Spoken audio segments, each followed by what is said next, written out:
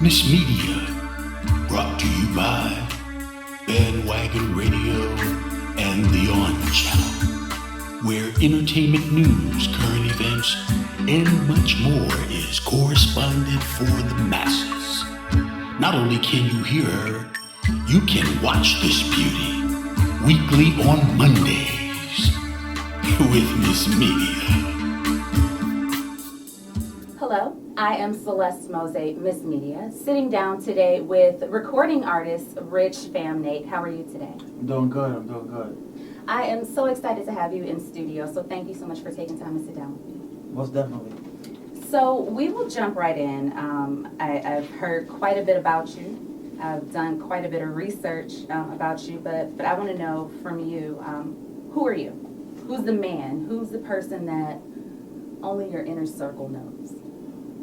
I would say the person that only my inner circle knows Just your is people, yeah.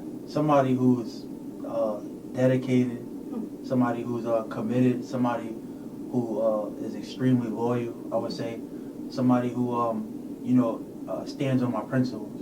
So I take that very serious. So Yeah, a lot of people don't remember the term principle, right? Most people. Very People true. don't have any values and they really just kind of go with what works best for them. So Yeah. I appreciate that. When you think about success, right? Are you where you thought you would be today 5 years ago? 5 years ago, I always knew that I was going to be successful Talk that talk. in life, Right. And I know a lot of people really just say that when they get asked, like a lot of artists would just say that, but I really saw myself being somebody who was a leader or somebody who was somebody who had a voice, Yeah. So everything that's happening now kind of makes sense. It's nothing that's happening that's really that's catching me by surprise. So the scripture, to whom much is given, much is required, you get it. Absolutely. You get it. Absolutely. Where are you from? I'm from Harlem, New York. Okay, I need to make my way up there. Shout out Carver Projects. Okay, that's what it's called, Carver. Yeah. Carver Projects. Carver Projects. Carver Yeah. Projects. Yeah. Okay, can I ask you a question? If your projects has a name, does that really make it a project? Like, does having a name solidify it being a project more? I mean, it's. I guess it's a New York thing. You know what I'm saying? It might be a New York thing. You wouldn't know. You wouldn't. Yeah. You wouldn't understand. I grew up in Detroit. Shout out 313. I'm from Heidelberg, but I grew up in Detroit. So. All right. Yeah, So, even when we talked about the hoods there, it was just like 6 Mile, yeah, Kelly. totally different world. It's different. From where I grew up. It's different. Yeah, it's different. Who's your peoples? Where you from? Who's your mama? Who's your daddy? Where your people at? I didn't really grow up with a relationship with my dad. Okay. My mom is a strong black woman. She raised 4 children and took in her nephew. Oh, So wow. So my mom was kind of like my mom and my dad and my best friend and my aunt, uncle, sister, everything. She You know wore all what I'm the saying? hats, yeah. So yeah. Shout out to her, man. Shout out to Mom Duke. Yeah, for sure. What was it like growing up? Growing up in Harlem, it was rough. We grew up in extreme poverty. You know what I'm saying? And we had to battle my mom going to jail and we got taken into the system and things like that. Growing up was it was a bit of a challenge, but everybody who I was growing up around at the time was going through the same stuff. So Wow. you know what I'm saying? It was like we all was seeing the same thing in life. So it was like you couldn't complain that you didn't have this or you didn't have that because somebody will look at you like it was soft. So it was almost like nigga, man up and you know what I'm saying, like. Yeah. So I mean that kind of helped me become who I am today. I'm not really much of a complainer. When it comes to anything. I'm more of a trying to figure out a solution for everything. So I believe that. You have a really sweet spirit. I'm good at picking up on bad stank vibes. Nah, you only gonna get the real from me. You have a really, You really only gonna get the real sweet from me. spirit. You only gonna get the real from me. What was the name of the first rhyme that you wrote? Every artist knows the name of their first piece, right? What was the first? The first piece? rhyme that I wrote was in jail. Really? It was Wow. The first rhyme that I wrote was in jail, and it was. I started off kind of like freestyle. I always put 2 bars together or 4 bars, kind of like playing around. Yeah. But I mean, they thought I was playing around, but I really was like, I your really was cadence. like trying to see what everybody was gonna say for real. Yeah. Cause you know, in jail they're gonna be the most honest. You know, I was in jail with people who ain't never coming home. So these dudes is gonna They don't have nothing to lose. They don't have nothing to lose. So Okay. they'd be like, man, get that shit out of here. You know, you're not supposed to say they'll say that in a heartbeat. So I'll put like a little 2 together or a little 4, and people will be like, oh shit, like yo man, let me hear the rest, bro. And you know, it wasn't no. But then you know, eventually I started writing, and I would have like these little listening parties in my cell, and You had listening parties in your cell? I had like these little listening parties in my cell. The guards would have to come break it up. It would be so many, and I just started getting better and better. I started doing shows and everything in jail, so and it was just crazy. You know, everybody started showing up and showing love. I love that. Yeah, it was crazy. You got a real hustle about you. We're gonna get into that. For sure. We're gonna get into that. So the music that you were writing in prison, was it fire or was it trash? Oh, it was definitely fire. It was definitely fire, definitely. Okay. I did a show one time, and you know, I almost caused a riot. I threw like macros up in the air. Macros is like the currency in jail. Okay. So it's I like, was gonna ask you if they had to pay to come to the show. Nah, they didn't have to pay, but when they came, you know, I made it rain fish. Macro is like fish, you know what I'm saying? So yeah, I threw up like 150 fish packets inside the air, and like everybody started going crazy. It was like I was like talking to the place after that. Smart, actually. That's how that's actually really good free publicity. RichFam, you gotta make it work how I gotta be RichFam everywhere I go, you know. You gotta make it work how it works. What were you in prison for? I was in prison for bank fraud, aggravated identity theft, wire fraud. So, yeah, that's about it. All fraud charges. I'm gonna tell you. First of all, you gotta be smart to even catch a fraud charge, right? Like, ain't no idiots going down for fraud charges, because I don't even know how to do any of that. Free the scammers, man. Free the scammers, too. Free the scammers, yo. On your first day as a free man, you shot the music video for Gutta, which, tough, okay? Yep. That jump tough. That is going on my workout playlist. We've actually got a great gym in my studio building, so I'm gonna hit that this afternoon. You're all right. It was dope. It was dope as hell. What I thought was G as shit was the fact that your first day out, you headed to shoot a music video. Absolutely. You know, that just go to show, honestly, just like the preparation of me wanting to take over. You know what I'm saying? And my hunger. Like, you know, instead of going, I could have did anything I wanted. You know what I'm saying? I got money. I got a lot of people who know me, and it was a lot of people trying to pull me in different directions. But my mom was so focused on, listen, the first day out, I'm going to shoot this video. I'm getting right to the things that I couldn't do when I was locked up or even when I was on house arrest. So, you know, I'm just trying to take advantage of every day now for sure. I love that. You said a word that is really driving my whole mission right now, focus. Yeah, absolutely. Right? You gotta be focused. Absolutely. You gotta be focused. Consistently, too. Yandy Smith, Trina, DJ Envy, among others, are the known names that have been really supportive of your career. What did that level of support do for your brand?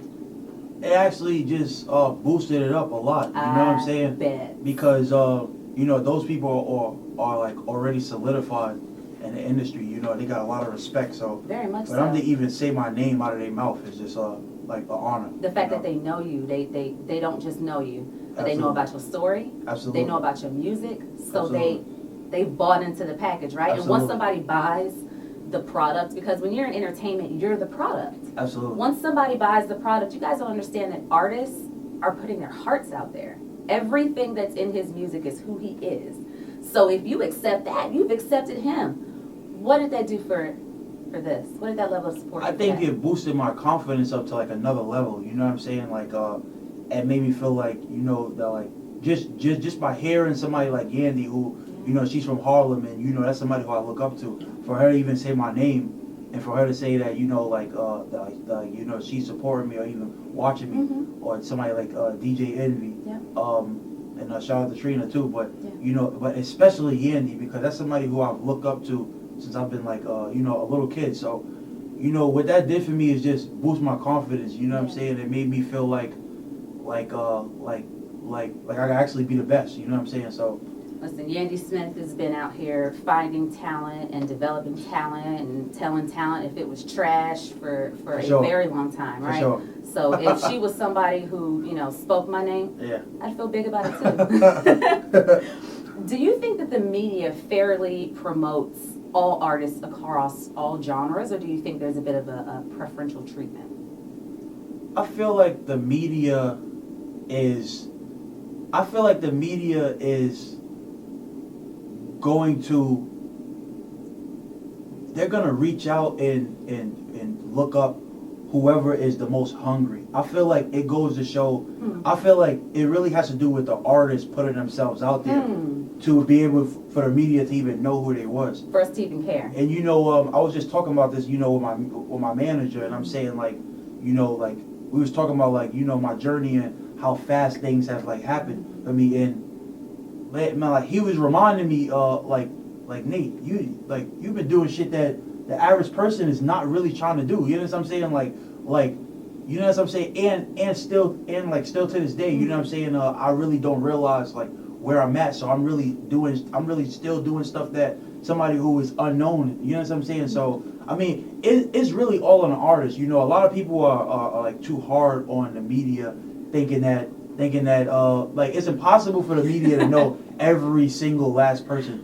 So I always try to tell artists what are you gonna do to separate yourself from everybody else? Right. That's love. I appreciate that answer. You've worked with Don Q, Fetty Luciano, Mr. Swipey. Who's next on your Rolodex for a collab? Who are you looking to work with? Who are you itching to get in? I can't really. You can't tell I might have to tell you that off camera. Okay. Off camera. Shout out Don Q. That's somebody who he's been one of my favorite artists since I can remember. Yeah. So and he was actually the first person to give me a feature when I came home. So that's kind of crazy. I think it was my second or third song. I hadn't even been home for a month. And so shout out to him and the dudes at Harbridge the label.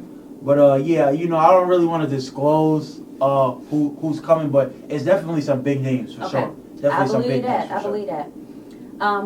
Who would you say are your top 3 favorite rappers of all time? You can go back as far as Biggie. You can include Megan Thee Stallion if you here for the crybaby. Who are your top 3 favorite rappers of all time? I would say my top 3. I would say definitely number 1 would be Jay-Z. Just off of not just he's a lyricist. Yeah, not just lyricist, but I got a lot of respect for him. As a person too. I would say my second would be Biggie. Okay. And I would say my third would be either Tupac or I'm gonna go with Meek Mill. I'm a big Meek Mill fan. Really? Yeah, I'm big. Yeah. Matter of fact, I gotta tie them in because I can't leave Meek out. Okay. But Pac is. You know what I'm saying? You can't. So you like old school, traditional, fundamental, well written, a beginning, middle, and an end type song. Yeah, definitely. Type music. Okay, I like that. I listen to all genres though. I listen to. I do too. Yeah, I listen to jazz. I listen to. You'll be surprised, man. You like Yeah.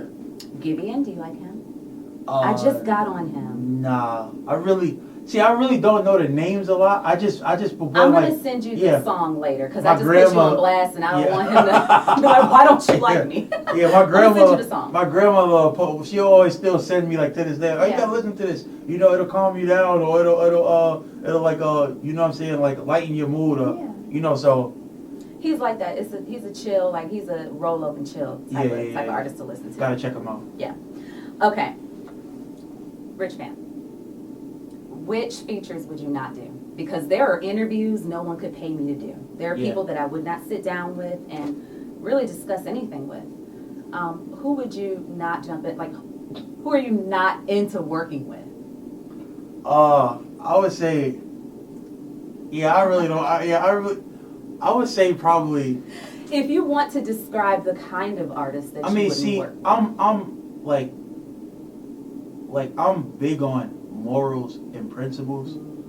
So I don't want to put any names out there, but I just want to say I'm big on morals and principles, and I'm big on loyalty. And when I have to look at somebody's character to be able to want to do a song with somebody or that's what you see. Every song that I have right now is people who are major artists. You know what I'm saying? Yeah, I'm big on just like character, morals, principles, things like that. So, you know, when I do music with somebody, it's kind of bigger than just the music too, because you know you're a reflection of me and I'm a reflection of you. So, all money ain't good money. Yeah. So right? with that being said, yeah, we don't gotta say no names. We ain't gotta say no names. I get it. I respect that. As a black man, what are your fears? I feel like I'm fearless, actually. You know, I feel like I've seen it all in life. You know what I'm saying? From the top, from like, you know what I'm saying? From like how I grew up, from me being in jail, you know what I'm saying? With people, with the type of people I was in jail with, from, you know what I'm saying? From just me, just so much I've been through in life. So I feel like I'm not scared of anything at all. And that's why I think I continue to succeed, you know, regardless of what comes my way. So. You seem like the kind of person who learns from your lessons, and guilty or innocent, going to prison, getting out. Now that you're out, what did you learn from that? I think I learned to, you know, not take things for granted. Mm-hmm. You know, whether it's, and you know, it's not just money, like family, or it could be just like any type of relationships. You know what I'm saying? Like, whether it's like a female, a friendship, mm-hmm. or you know, family, or you know, my career, just things like, you know, I was just living. You know, I grew up real young and reckless. So, you know what I'm saying? I'm a project baby. So, you know what I'm saying? Yeah, I grew up real young and reckless, and I had to learn to, you know what I'm saying, like just adjust my thinking a little bit.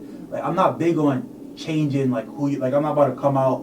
You know, I was big on not trying to come out of jail and like, oh, I'm talking different, walking different. No, I'm always gonna be myself. Right. You know what I'm saying? But you know, just like you know, sharpen my mindset a little bit. So. I like that. Other than really sharpening your craft while you were there, what did you do with your time? Man, I ate a lot. I made a lot of bullshit meals. A lot of meals you probably would never eat. Okay. You know what I'm saying? But I read a lot though. I actually read a lot. You know, I tried to read 3 books a week. Oh wow. You know, so yeah.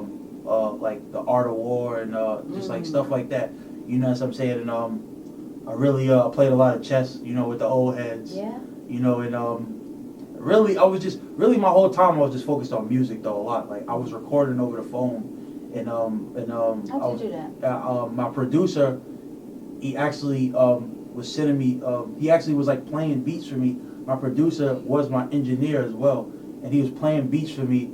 And I was like, you know, I would be like freestyling over the phone, and he'll be recording it inside of the studio, and he'll actually be like he actually put a few songs on YouTube. So you know, I just wanted to like warm people up because you know I didn't have a music career before, so I was trying to warm people up for like what I was gonna be doing when I came. And you know, that kind of like started building up momentum, and that's how I got in my first magazine ever. Like a magazine actually heard it and did a write up of it. I didn't even know.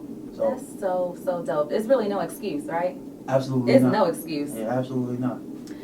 How'd you feel in 2020 when you you saw all of the racial injustice? What'd that do for you internally? I feel like America is a place where it's finally starting to change. Like the most beautiful thing that I seen was all of the protests where, you know, you had white, black, Chinese, all races, you know, holding hands and or whether it was taking a knee or holding hands and coming together. Yeah. You know what I'm saying, as one. And I feel like we definitely are on our way to changing. I believe. You know what so I'm saying? But I still believe that, you know, we definitely got a lot of work to do. I mean, you know, things is happening every day that's not even on the media. You know what I'm saying? So can't keep up with it. Who else is on the Gutta project? Who are you working with? I know you can't drop names. Yeah. But what projects are you working with, or what pieces are you working on your upcoming project? I'm trying to get I really want, like, at first I was like real big on features. Mm-hmm. You know what I'm saying, for like a mixtape that's coming out, mm-hmm. and I kind of want to give my fans me first. Yeah. So you know, I might have like, you know, maybe like 2 big names, And then, you know, I wanted to be like a short project of like 8 songs. That's perfect. And have 2 big names and just me take over the rest, you know. And I got, you know, it's a lot of I got a lot of storytelling songs and stuff like that. So, you know, I got some big stuff coming for sure. Yeah. I will tell you, storytellers are my favorite artists. That's why Drake is one of is my probably my all-time favorite artist. Because if I had to, you know, I wouldn't have to choose between rap or R&B. I could get both with him. And I listen to his music, and I'm like, he really do be knowing us females, because he's telling a whole life story, you know. So I agree with that. It's all about the story. Okay. So I'm first of all, I know I told you this when you got here. I'm honored that you pulled up on me. Where's your next stop? What else are you doing on your press tour? I'm looking to sign. I'm actually the CEO of my own label. You know, I turned down some offers and signed myself. You know, I'm big on that. Sign yourself, man. Yeah. So I'm the CEO of RichFam Entertainment. Okay. I'm looking at a few artists right now. I don't want to put their names out there until it happens, but I'm out here looking at a few artists. It was an artist who I was in jail with, and we actually he actually motivated me to start you know, music, like taking it real serious. Yeah. And I told him, you know, well, actually he told me, he said, man, when you go home, you know, start the label, and you're gonna come back, you're gonna be better than me, and you're gonna sign me. So, you know, it's kind of funny because, you know what I'm saying, like he kind of like foresaw all of this, you know what I'm saying, and he would just speak it out every day to me, and as a thank you, you know, I definitely want him to be the first person that I signed. That's what's up. You know, and he actually just came home too, so nice. Shout out to him. Even but you better. know, I don't want to put his name out because of course. you know what I'm saying. You don't know how you never know how business could go. So, but I'm definitely looking to you know, help some other people as well. While, you know, a lot of people wait until they're at a certain place in their journey to start helping others. But I always told myself, you know what I'm saying, like the minute I got half my foot in the door, and I was going to start pulling people up with me at the same exact time. Yeah. You know, so I'm gonna stick to my word. That's where your blessings are coming from. Absolutely. Don't stop that. Absolutely. I know that's where mine are coming from. You guys don't know this, but you're sitting in a brand new studio. MsMedia Studios MsMedia has actually been renting all through season 1. So just jumping off season 2, I just had my first episode in this studio yesterday. Wow. And I genuinely believe it's because of that thought process. Yeah. Make sure that you bring one with you. Each one teach one. Somebody was bringing me up. Yeah. It's not like I'm self-made. I've still got a year to go on my education. So we got to make sure we look out for people, especially the ones that have been loyal to us. Absolutely. Absolutely. What would Rich Fam today tell himself 10 years ago? 10 years ago, I'd say, man, a little young wildness, chill out. Sit down. But I'll definitely, you know, 10 years ago, I probably would tell myself that, you know, to just keep pushing. You know what I'm saying? Like, you know, I'm a big believer in, you know, not giving up, because you never know how things are going to turn out. You know what I'm saying? And I, you know, I believe that everything is mental. You know, and I've been saying that since I've been a little kid. You know, and everything is mental. And you know, I would tell myself to just, you know, continue to train my brain, because that will help you in the long run. You know what I'm saying? No matter, you know, everybody's going to face different things in life. Like, you know, the type of stuff that I face, whether it's that or whether it's something else. But if your mind is strong, then you're going to be able to surpass all of that and get lit in life. So I'm a true believer that, you know. You focus to sell, ain't you? For sure. I love that. I respect that. Well, thank you so much for sitting down with me. Celeste Mosaic, MsMedia. Make sure that you pull up on me anytime you're here. I know I told you that I will be traveling season 3, so whatever you guys have going on between August and November. We're going to be everywhere, too. We're going to be in LA. Make sure I'll be in LA. LA, New York. I will be in LA. You know, I gotta get permission to go across seas, but I'm looking to go to DR in about April, something like that. So I'm looking to go to DR in about April. Anywhere I'm at, man, you know you're invited. You know you can come pull up. Listen.